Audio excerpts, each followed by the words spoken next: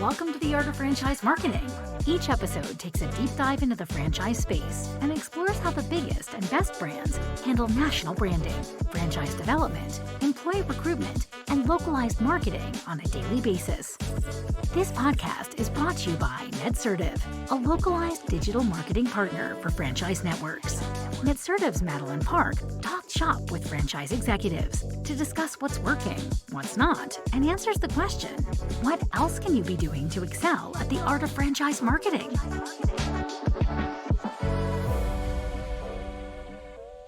Hey everyone, welcome back to the Art of Franchise Marketing. I'm your host, Madeleine Zook, and today we've got a little brand named Dunkin on. We've got Joshua Linggins Very small brand. representing his brand today. Josh, thanks for coming on. Thanks for having me, Maddie. I feel like this is a long time coming, and we were just literally talking for like 20 minutes before this. All things not franchising, but what makes the relationships great. So you mean like Maddie being a McDonald's All-American 3-point shooter? Just got to drop that bomb out there. Like, why you have basketballs on your background? I was like, listen, there's stories. It's not the time. Right. Tell me how you got into franchising and how you got to Dunks, because I think when people think franchising, it's always like, oh, you think of the Dunkins and the McDonald's. That's not really what franchising is, because that's like the top 1%. Well, baby girl, we talk into the 1%. So how did you get here? What's going on? Yeah. Great question. Well, to start, my journey started, I was a middle school math teacher in South Florida. My wife is pretty good looking. We're on our fourth child right now. And if you know anything about education, teachers don't make much money. So since I taught math, I could see the slope of my income wasn't keeping up with the slope of expenses. The slope of children. That we had as children were coming. And so I was on the fence. I really loved teaching. I really loved education. I loved seeing the fruits of your labor, as kids were progressing throughout the year. So I was on the fence on whether or not I was going to stay in that industry or not. And then on Valentine's Day of 2018, unfortunately, there was a school shooting down in Parkland, Florida, and at Stoneman Douglas High School. That is the high school that our students feed into. And one of my favorite kids, Jamie Guttenberg, whose father, crazy enough, was a Dunkin franchisee. And I didn't know anything about franchising at the time. This girl used to bring me munchkins every week and like all kind of Boston creams. And this, I was like, this girl's going to make me fat. But she was one of my favorite students. And she unfortunately was murdered in that event. And it was that day I was like, hey, I got to get out of this. And so that summer, I was looking for new opportunities. A buddy of mine happened to be with Quiznos, and I love the chicken carbonara sandwich back then. It's not as good as Jimmy John's, but it's a pretty good sub. And there was a young lady named Stacy Kirschberg who had quit to take on some new opportunities. And he asked me if I would be interested in applying for the role. And so I did. And the director at that time, Mike Spavelko, who's now with Pokemoto, they asked me, like, man, you have no experience in sales. You have no experience in franchising. Why do you think that you could sell restaurants? I said, well, if I could convince middle school students that are uninterested in math to learn mean average deviation, I could probably convince some rich guys on why the numbers make sense to buy restaurants. And they were blown away. They were like, all right, this guy's in. And so they hired me, and I had like a 6-7 month stint with Rigo at the time, who owned Quiznos and Taco Del Mar. They had a restructuring, and I got picked up by Qdoba. And so I got to be out at Flavor Central out in San Diego, and learned under Mary Richardson at the time, who was head of non-traditional sales, and Christine Willis. And had a 7-month stint with them. They had a private equity restructuring as well. So I learned a lot about PE within my first year and a half in franchising. And then I got picked up by a guy named Eric Lavender with Salad Works. And Eric um, really helped me to develop as a franchising manager. You know, I got to participate in not just the sales process, but in value engineering and understanding design and marketing and drip campaigns and how to capture an audience at different trade shows and that. And so the majority of what I learned up to that point, I attest to Eric Lavender and just the way that he led me. And I was so successful under Eric that I got the notice of Dunkin in 2020. And so there's a uh, outstanding leader. Her name is Sean Smith. She's now with Yum covering Pizza Hut, but Sean Smith recruited me over to Dunkin in 2020 and made me an offer that I couldn't refuse. I wasn't going to leave Salad Works. I know it sounds wild, but I was so enjoying working under Eric and everything that I was learning there. And Eric about literally pushed me out the door and said, "Hey, man, I think this is a better opportunity for you." I think it was clear to the rest of the world, but I was Mhm. very loyal to Eric, and Eric pushed me out the door and end up uh, end up getting a cool opportunity with Duncan, and it's been an amazing ride. So got to learn under Sean Smith, and then under Patrick Cunningham for the last 2 years. And those two are, I think they're two of the best leaders and best minds in QSR, period. I don't, regardless even of department, whether it has to do with design, whether it has to do with finance, whether it has to do with, sales, Sean Smith and Pat Cunningham really changed my life as it pertains to franchising. And as they went on for different opportunities, it opened up a spot for me to step into a director role. So 5 years from being a school teacher in South Florida, now I get to be the director of franchising for one of the top QSR concepts in the US. So that's my story. That is insane. I'm sure most people are like, Josh, what the hell, man? I've been in this for 40 years. Well, before I say anything, I want to, my condolences to, the child you lost in the shooting. I think that that's Jamie, yeah, something that we shouldn't skip over. I think that, um, there needs to be a change there. And the thread of the fact that she would bring you munchkins and then the Dunkins before you even knew them. I think it's yeah, it's kind of a destiny to be fulfilled. And so yeah, I definitely that's pulling on the heartstrings major. And then yeah, I just want to say, like, to our listeners as well, when you hear Josh's story and you're like, this is crazy, clearly he's super talented, he's in the right place at the right time.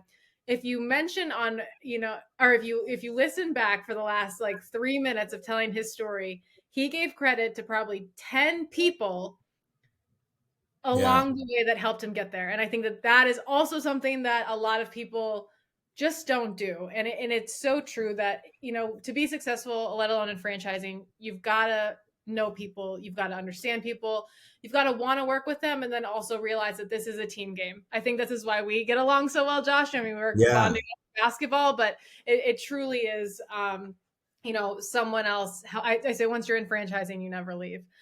yeah. I'm telling you, Maddie, I'm glad you noticed that because I'm super grateful for those individuals. I mean, mhm. and there's probably another 10 to 15 to mention in addition to that, but um, yeah, I've just been really blessed. I was really blessed with great leaders at all of the different places that I've landed. I've unfortunately seen different individuals with other brands that really don't have that kind of leadership and people that care about you and people that are, committed to your growth and development. I mean, I just another nod to Eric Lavender. There's during the pandemic, a lot of people were letting go of their sales teams. Sure. Like, hey, restaurant sales are way down right now. We don't know what the future of the industry is going to look like. We really don't need sales individuals here.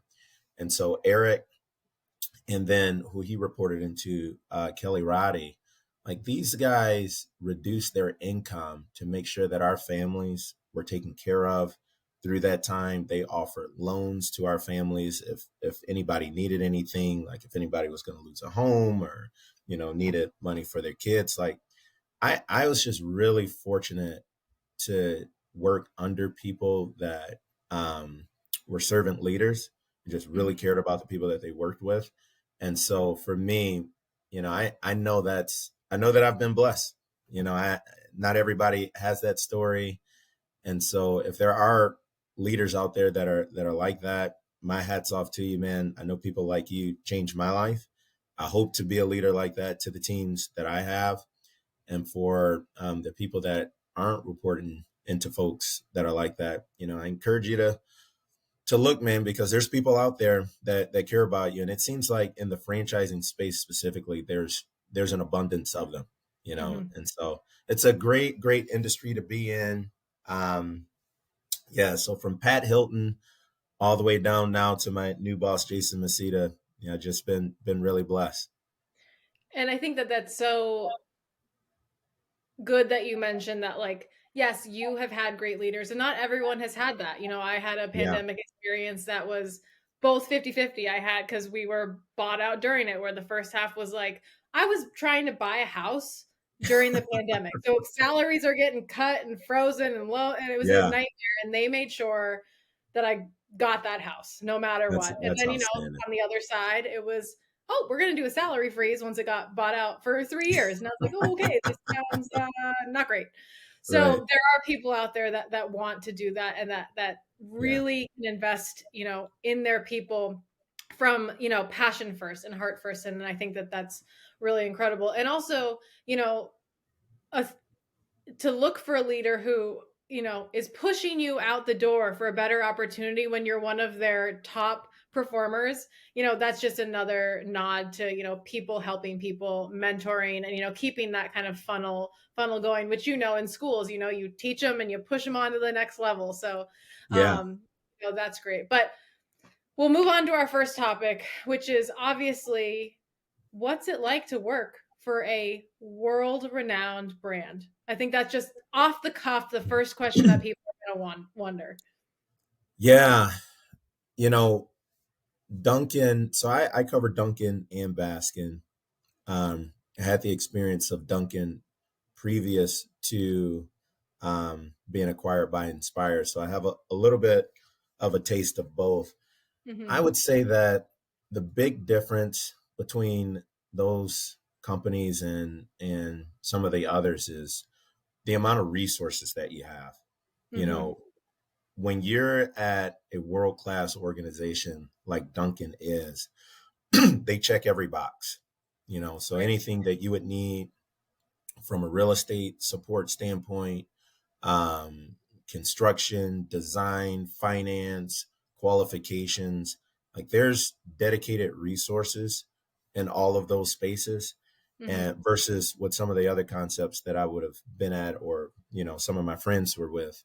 It's pretty limited, right? So I've been with companies that there's one real estate individual for the entire for the entire country, Mm. versus when you get to be at Inspire, a spot like Duncan, you can work with people like Jeff Zavoral, who's a real estate savant that's, working alongside with you, helping franchisees to find sites. They're experts on the DMAs that they cover. And so I think the biggest thing is that you feel super supported when you're in Mm. an organization like that.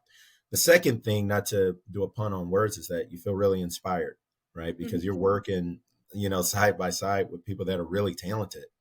And Hmm. there's a lot of people to learn from, in different verticals and in different ideas that maybe aren't necessarily available to you in other spots. So all that Sure. to say, it rocks, man. I enjoy it. Being in Dunkin', I'm drinking Dunkin' every day. I got my refresher here next to I do me. too, and I don't It's even work for them. right.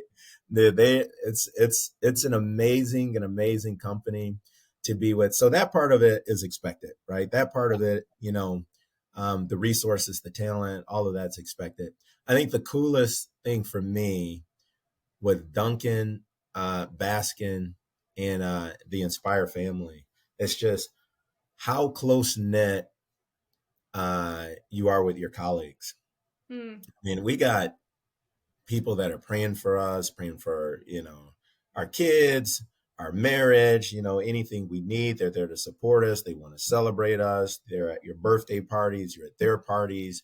And that's not only internal, even with the franchisee community, as you get to know the different franchisees in the different markets. I mean, like once you're in the Dunkin family, like you're in the Dunkin family. Like, and every time you guys get together, it's a big old family reunion. So many We have, munchkins. So many yeah, munchkins. mostly Boston creams, but yeah, we definitely have a lot of munchkins. But it even takes our meetings a long time to start because we'll go somewhere and you see all your friends, man, and you're talking for an hour before you can even get into the business. So it's awesome. I mean, I can't say that for all of the different major concepts out there. I think there's some concepts that are large and well known, but they're not world class from a internal component. Mhm. Dunkin, Baskin, and Inspire are some of the best of the best. And I'm glad that you brought that up because I think that there's a common misconception or maybe a stereotype that if you want that franchise community feel, you have to go, to a private owned or a smaller brand where you can really get to know each other. And then once you get to these big corporations, I have a friend who works for 7-Eleven, and it's just a different culture. Everyone is at their own like empire, and then it's empires Yeah, coming together to talk shop. Where with you guys, it really seems family culture oriented, which you typically get at, a much smaller a brand. So what how do you guys look for that on the development side? Because I'm sure now when you're bringing in franchisees for Dunkin and Baskin, you've got a lot of territories that are probably maxed out. Now I know you don't do, hmm proprietary locations, or not proprietary, private, whatever it's called, hmm uh, protected territories, but to that point, there are tons of them. So it's not as easy as bringing in, oh, I have this, donut brand and we've got all this territory. So, and not to mention the build out and the brand, it comes with a price tag because it's so successful. So, what do you look for in those franchisees? Because I think too, once you climb up the ladder of brands and price tags, and QSR is a very big franchise concept to take on. um, People think you're just going to take in anyone who walks through the door because they can afford it, and that's clearly simply not the truth. So yeah. take me through that process with, as you coach your team, as you're looking at your lead development strategy, on making sure that it's not just money that signs on the dotted line. Yeah, so let me answer that in two parts. One, the culture at Dunkin' and at Baskin, it's intentional. So the the franchisee community, um, we have a really close relationship with them, even from like a political design. So we Hmm. have at the local level what's called a district advisory council. We call that a DAC. And it's where all of the franchisees within that local area are able to connect, communicate on different initiatives, express issues in that. And so we have a relationship at that local level. Hmm. Then from there, they're elected DAC presidents, right, that make up a regional advisory council for us that discuss issues at a regional level. And then from there, again, elected people that cover the brand advisory council. So from just a political structure, we're designed in a way that all of our franchisees have a voice. All of our franchisees,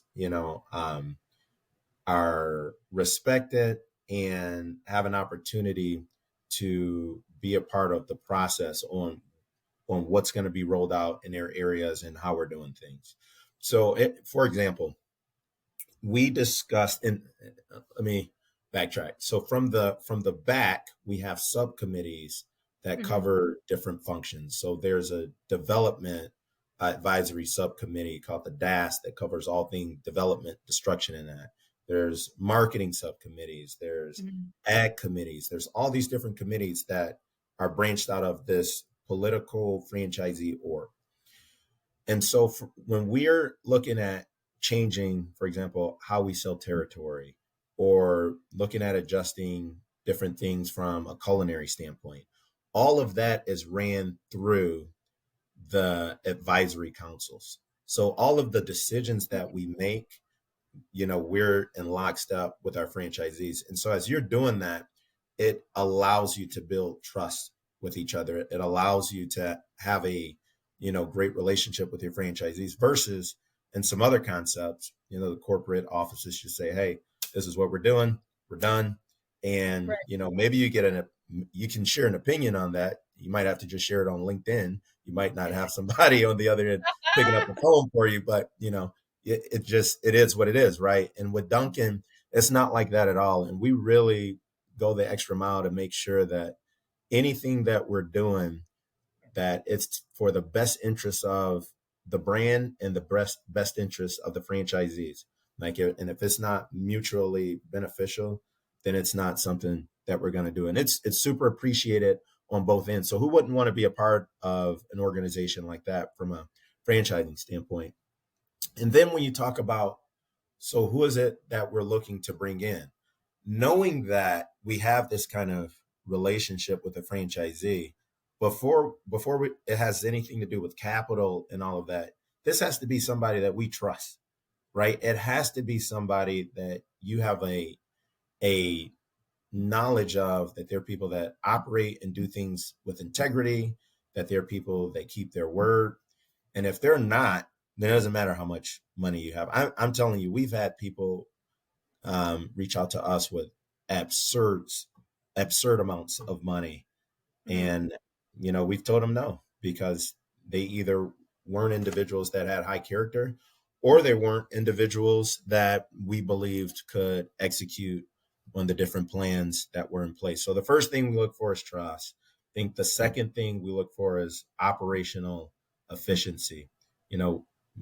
We need people for our brand and for the protection of our other franchisees that are going to operate at a high level, that are going to do things the right way, that are going to run their stores the right way, that are going to keep them open, to the hours that they've committed to keeping them open, that are going to provide the offerings, that are going to have donuts in their donut case, at going to X hours, right? And so for us, if we're not finding people that are able to commit to the operational standards that we have, then we also won't entertain them. And if you have the two of those, and then you have the capital, all right, we got something that we can probably work with. But our brand, even at that point, the amount of people that are pursuing us and the competitive nature that it is, that even you could even have that and so much more and still not get in at this point, because we're also really blessed to have a wealth of great franchisees.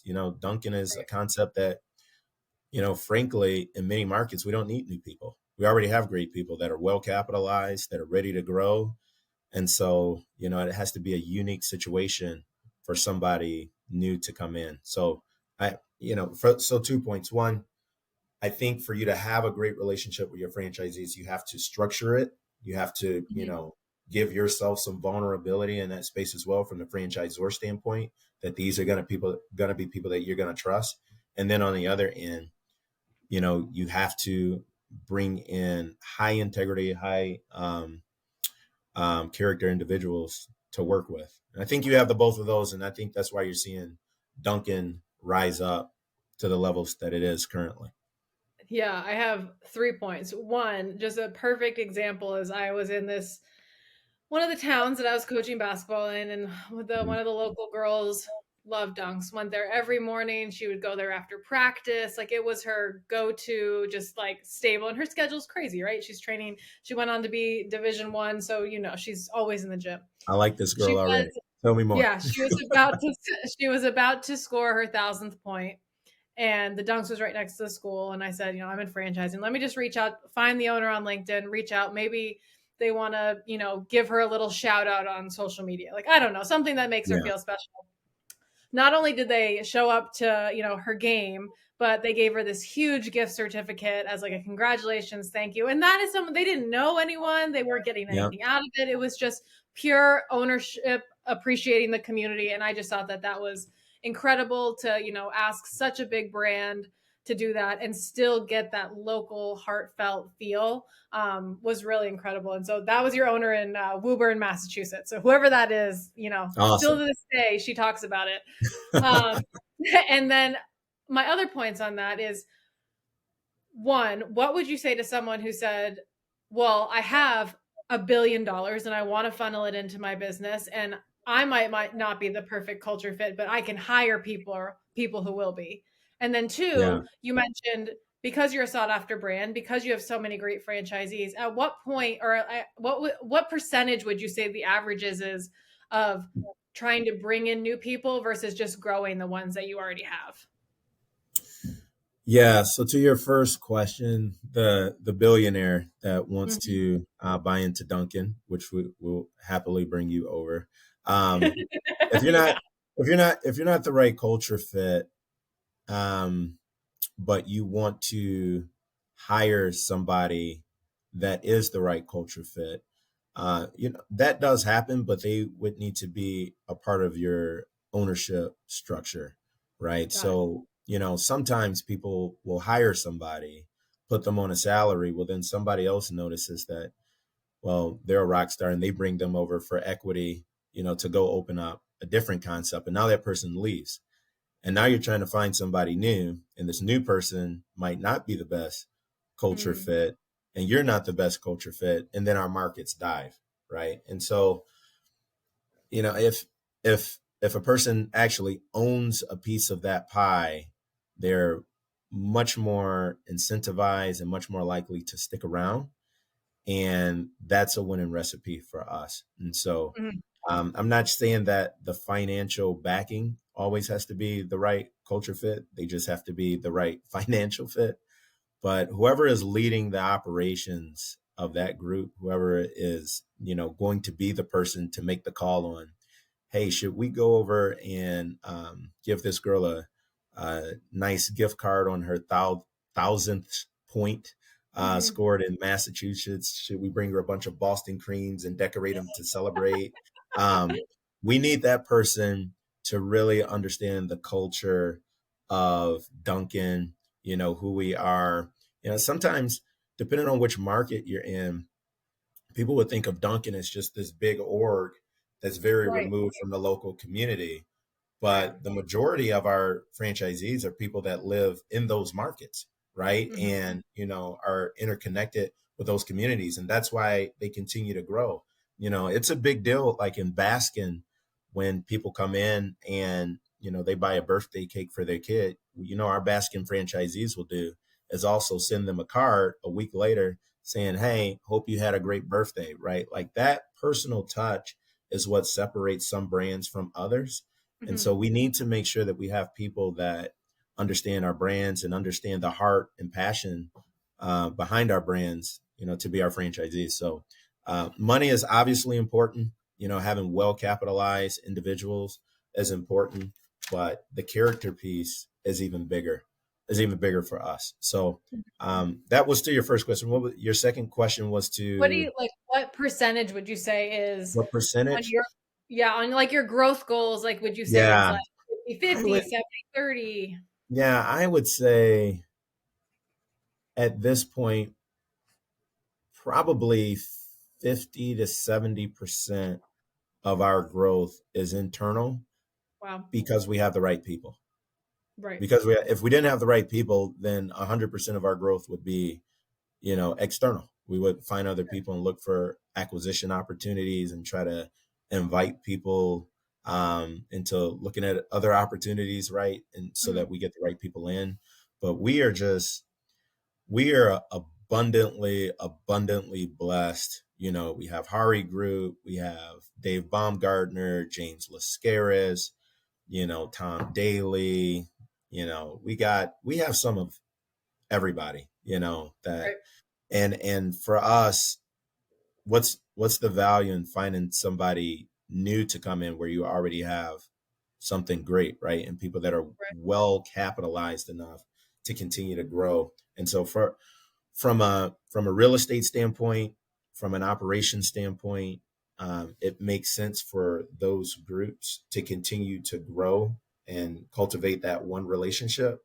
So Hmm. it's easier for us to have one person own 100 stores that are doing it well and being able to manage that than it is Hmm. to have 100 people owning one store, again having to run them well, but the bandwidth that puts, or the strain of bandwidth that it puts on our operations and real estate team, it gets a little heavy. So we Yeah. prefer growing with who we have, but there are markets where we really need new blood, right? And there are markets, where that we're looking to enter into that maybe we haven't been before, and we would be looking for new blood. So that's not to say that there's not opportunities, Hmm. um, but I'd say the majority of our growth is going to be with internal people, because the people that were here before me, the Sean Carricks of the world, the Sean Smith, the Shaq Turners, like they did a great job of making sure we had the right people in the system. The Conscrivanos, like all of those guys, Andy Awali, we got people that can operate really well, can grow faster than anybody else in the country. We don't need to swap it out. We can work with who we have. And I think that that's such a great, simple point that I think a lot of franchisors might miss because maybe they see, I don't want to say grass is greener on the other side, but it's fun to see your numbers of locations and maybe your numbers of owners go up, especially when you're not in the hundreds and thousands. Yeah, um, but the point being is, you know the bottom line doesn't care whether you've been in the brand for 20 years or 2 months. The yeah, numbers are the numbers. And if you are, supporting and growing a successful brand, then your franchisees should have money to grow. They yeah, they should they should be successful enough to be yeah, able to afford the next stage, and to be yeah, able to have that opportunity. Where I yeah, talked to a franchisee of a art brand, and she said that she maxed out her brand. She's like, I could not make any more than I was making, and that is something that I don't think a lot of people come across, but is something that happens. And for you guys, there is no ceiling. The ceiling no, does not exist. So I no, think that there that's is no ceiling. Yeah, an Ye- incredible thing. yeah, and I got to give a compliment and a shout out to our operations and real estate teams, because as you said, you can want to grow internally, but if the performance of the stores and the support that those franchisees are getting isn't there, they're not going to grow. Hmm. So, it's having, Rick Cologne and individuals like that at the helm that understand ops at a high level and helping our EBITDA numbers to improve. Like we have Dunkin franchisees that are really interested in doubling down and tripling down because of the performance of their stores, right?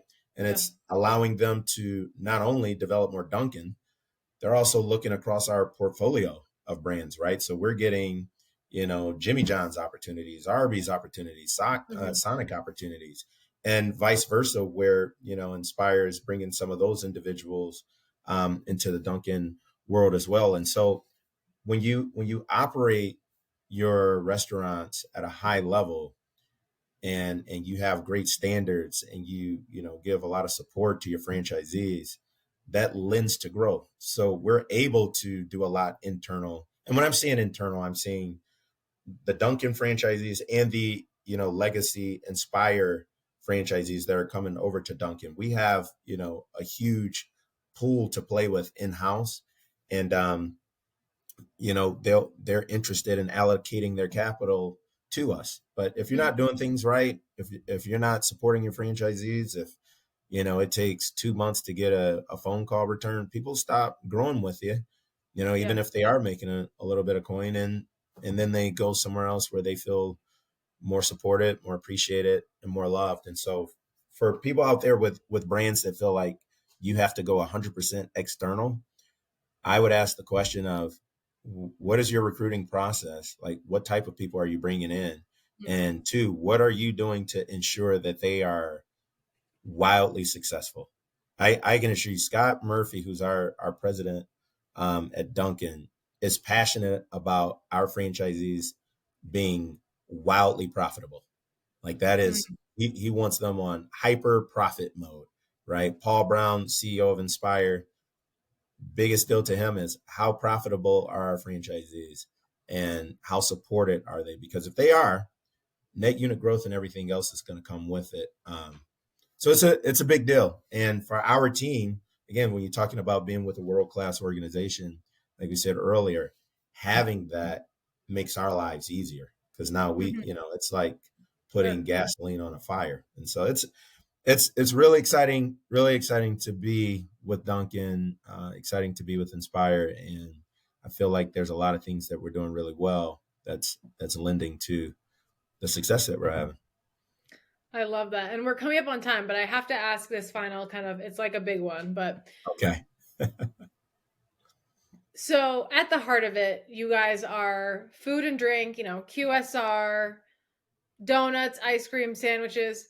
How do you make sure that your brands are staying top of your game, refreshed, innovative? Your marketing campaigns are constantly hitting, because I think it would be easy for you guys to just not do that because you are such, well-known brands.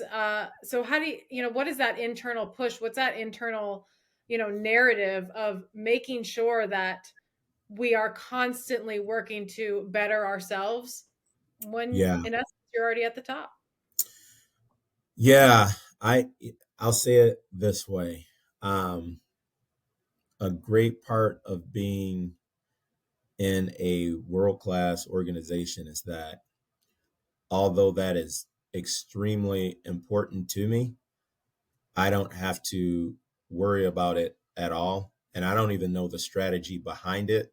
I just know that we have people in place like Jill Nelson, who's our chief marketing officer, Scott Murphy, President Jonathan Biggs, President of Baskin, Rick Cologne, chief operating officer, where they live that every day. And so I've heard them speak on this. So I can't say specifically what the strategy is, but I'll tell you this, you know, I know that Duncan, where we are currently, isn't where Duncan was 5 years ago, and isn't Mhm. where Duncan was 10 years ago. Um, and there's been a lot of work and a lot of strategy put behind how to get us to the place that we're at, and from some very very competitive individuals, some of which aren't even with us anymore, may have gone on to different things like Grant Benson. Um, but the folks that are in place right now are super competitive. And once they get their foot on your neck, they're not letting up. And they want to go even harder. I can promise you that. I can, that's not a worry of mine even a little bit. And when you even look at Jimmy John's and Buffalo Wild Wings was wildly successful in of itself, creates a spinoff, Buffalo Wild Wings Go. That's on fire right now. Jimmy John's is testing all kinds of different culinary things and operational things, as is Sonic. You'll probably hear about some even spinoff Sonic concepts coming out down the road. Like, these folks are so maniacally competitive when it comes to that QSR space. And listen, we had an opportunity. An opportunity came in January to create a Super Bowl commercial Mhm. with Ben Affleck, Mhm. and and the Super Bowl is the first week in February. The Right. opportunity came in January. They didn't, and Jill and them didn't turn it into well, let's take our time and do this next. They're like, no, they're after it. Like, any opportunity that comes, they are on it, man. And so, yeah, I think it just, when you have the right people in place that are really competitive like that want to absolutely be the best in everything at all times. I'll tell you this about Scott Murphy, who I know I've brought him up a few times, but I think he's an awesome leader. I think we're really fortunate to have him at president. Scott Murphy is competitive in anything. Ping Mhm. pong.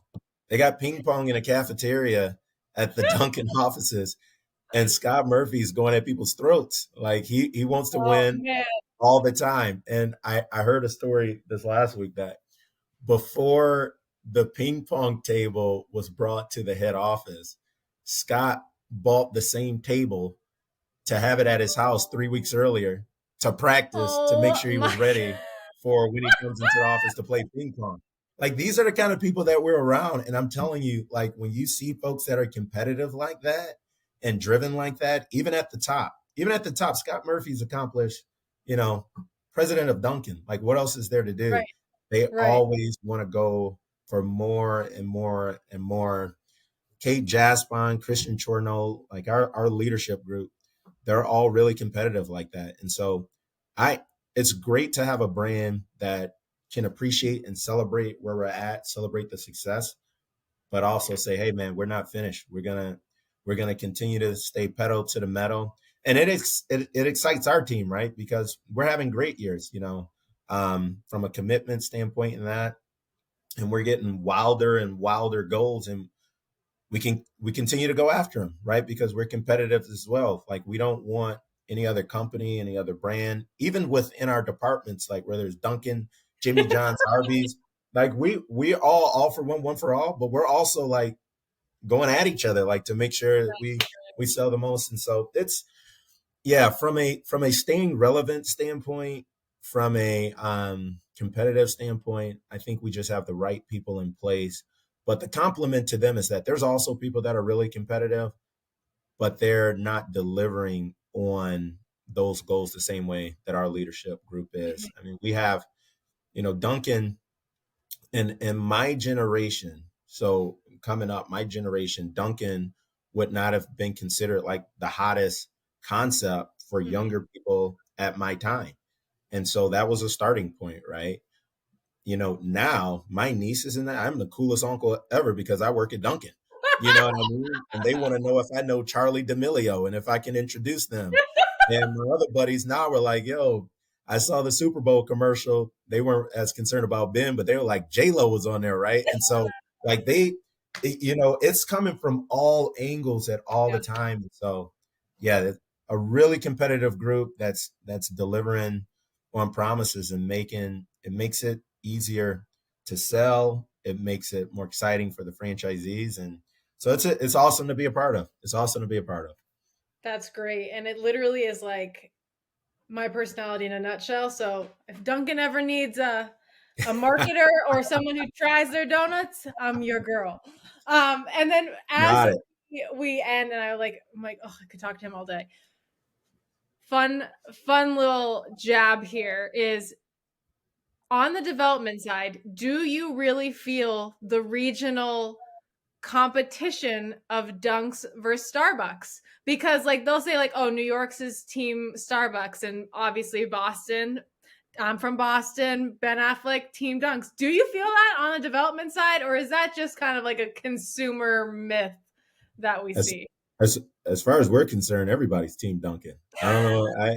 Listen, I mean, I can't speak to anybody liking other brands and who their favorite is, but I mean, listen, if you don't think Michael Jordan is the greatest, then we just think you're confused, Like if you don't think Tom Brady's the greatest quarterback ever, I mean, you can like Vinny Testaverde or one of these guys, or one of these green jersey wearing guys, but if you don't think Tom Brady's the greatest, we're like, we'll pray for you, and I just think you're confused. Be on your way. But listen, Tom Brady's the GOAT, MJ is the GOAT, and Duncan's the GOAT. Dunks. And so it's Dunks. Yeah, there's nothing else. And you'll see more. You'll see more happening. You'll see more happening. I think we'll get more and more people exposed to what greatness looks like. But yeah, listen, there's always a competitive nature with different brands, and it's all fun, and there's a lot of respect for all the other concepts that are out there, and they keep us motivated. Even much smaller concepts that are entering into the coffee space, that some people may not know about. We have our eye on them, and different things that they're doing, we're learning from them. So we're committed to being the best and committed to staying the best. I love that. And what a perfect way to end. Josh, thank you for joining me on the Art of Franchise Marketing. And I'm sure we will see you soon, and a Dunks right around the corner. Love it. Thanks, Maddie. Thanks for listening to The Art of Franchise Marketing. This show is brought to you by NetCertive. We help franchise brands and multi-location businesses run localized digital marketing at scale. To learn more, visit netsertive.com.